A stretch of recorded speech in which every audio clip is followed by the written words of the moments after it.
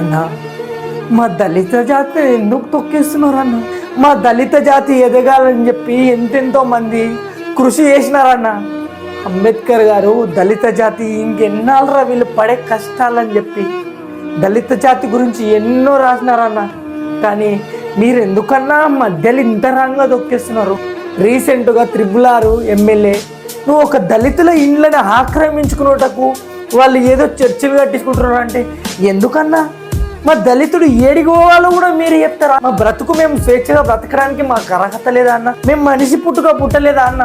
ఎందుకన్నా త్రిపుల్ గారు మీరు ఎమ్మెల్యేగా ఉండి ఒకరికి న్యాయం చేయాల్సింది పోయి దళితుల ఇండ్లను ఆక్రమించుకొని దళితులు చర్చిలు కట్టించుకుంటారు అంటే ఒక ఆయన సూసైడ్ చేసుకుంటాను దాన్ని పైకెక్కినాడన్న. ఇది చూస్తుంటే నేను ఒక దళితుడుగా నా ప్రాణం క్షమించిపోతుందన్న.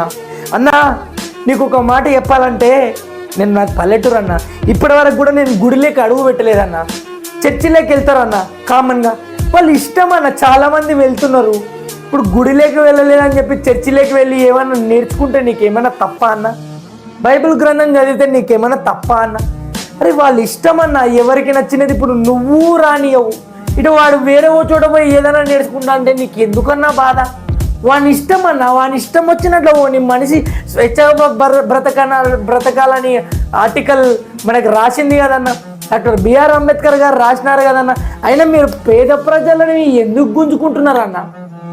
ఇప్పుడేమో మళ్ళీ కొత్త చట్టం కూడా వచ్చింది.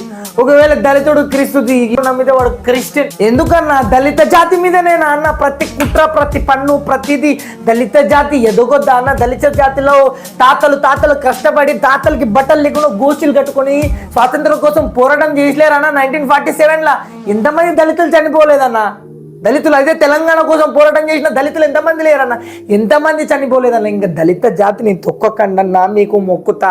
ఇంకా దళిత జాతి మీద కొంచెమన్నా ఉంచి ఇప్పుడు కూడా చాలా మంది పల్లెటూరులో దళిత పిల్లలు చదువుకోవట్లేదన్న. నీకు తెలుసో ఆదినివాసులుగా బ్రతుకుతున్న వాళ్ళ బ్రతుకులు అవి ఎందుకున్నాయి తెలుసా అన్న? వాళ్ళకే మంచి చేసి వాళ్ళు కూడా నార్మల్గా వచ్చి చదువుకుంటుంటారు కదా. ఇంకా వద్దన్నా నా దళిత జాతిని తొక్కి నన్ను మమ్మల్ని హింసించకండి అన్న. మా తాతలు పడిన కష్టాలు చాలు. ఇప్పుడు కూడా రాజ్యాంగం, ఇంత మంచి రాజ్యాంగం అంబేద్కర్ రాసినాక కూడా ఇంకా దళిత జాతిని పీడిస్తామంటే ఇది చాలా చాలా తప్పన్న. నువ్వు నెక్స్ట్ నియోజకవర్గాలు ఎమ్మెల్యేగా గెలవగలుగుతావా అన్న? ప్రతి మనిషి దళితుడనే కాదు, ఏ మనిషి కూడా ఏ కష్టం బ్రతకొద్దు పడొద్దు అని చెప్పే కదన్నా మనకు స్వాతంత్రం వచ్చింది. స్వాతంత్రం వచ్చిన తర్వాత మనకు రాజ్యాంగం రాసిచ్చినది అంబేద్కర్ గారు. ఇంకా హింసించి, ఇంకా బాధించి, ఇంకా ఎన్నాళ్ళన్నా, ఇంకా ఎన్నేళ్ళన్నా, ఇంకా దళితుడు బ్రతుకు ఇంతేనా అన్న?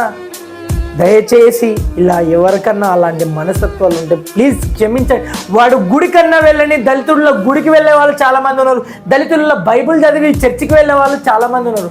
వాళ్ళ స్వేచ్ఛ అన్న. వీళ్ళని గుడికి రానిచ్చినారు కాబట్టి ఇక్కడ కొంతమంది దళితులు గుడికి వెళ్ళి అక్కడనే అలవాటైనారు. ఇక్కడ చర్చికి రానిచ్చినారు కాబట్టి వీళ్ళు చర్చికి వెళ్ళి దళితులు కొంతమంది అక్కడనే అలవాటైనారు. ఎవరిష్టం వాళ్ళదన్న. స్వతంత్రం మనకు వచ్చింది. ఆర్టికల్ రాజ్యాంగం రాసిన అంబేద్కర్ గారు నీ ఇష్టం వచ్చినట్ల బ్రతుకు, నీతి, నీకు ఏదైతే రాజ్యాంగం ఉందో వాటిని ఖచ్చితంగా తెలుసుకొని బ్రతుకు అని చెప్పిందన్న. ఇంకా మీరు హింసించి చంపుతా అంటే ఇంకా ఒకటేసారి అందరూ దళితుల పేరు పిలిచేసి ఒకటేసారి ఒక అణుబాంబు వేసి చంపేయండి అన్న. అంతే. ఇంకా దయచేసి అక్కడ ఏదైతే జరుగుతుందో దాన్ని పరిష్కరించి గవర్నమెంట్ సీఎం చంద్రబాబు నాయుడు గారికి నేను ప్రత్యేకంగా విన్నపం తెలియజేస్తున్నా. అక్కడ ఏదైతే సమస్య ఉందో దళితులది వాళ్ళది వెంటనే స్పందించి వాళ్లకు రెస్పాన్స్ అయ్యి వాళ్ళ ఎక్కతి త్రిపుల్ ఎమ్మెల్యే గారు ఎలా ఆక్రమించుకుంటున్నారో వాటి గురించి స్పందించి మళ్ళీ మీరు వీడియోలు ఏవైనా పెడితే మేము వాటి గురించి మళ్ళీ వీడిని తెలుసుకోవాలని మేము అక్కడికి వెళ్ళతంటే ఛార్జీలు పెట్టుకున్నంత కెపాసిటీ కూడా లేదు. కాకపోతే నా దళిత జాతికి ఇబ్బంది వస్తుందంటే ఇంక ఎన్నేళ్ళు అని చెప్పి నేను ప్రశ్నిస్తున్నా. దయచేసి సీఎం గారు ఖచ్చితంగా అక్కడ జరుగుతున్నటువంటి ఇబ్బందిని పరిష్కరించి మీరు దానికి న్యాయం చేయాలని మీకు మరీ అడుగుతున్నా. ఇంతే.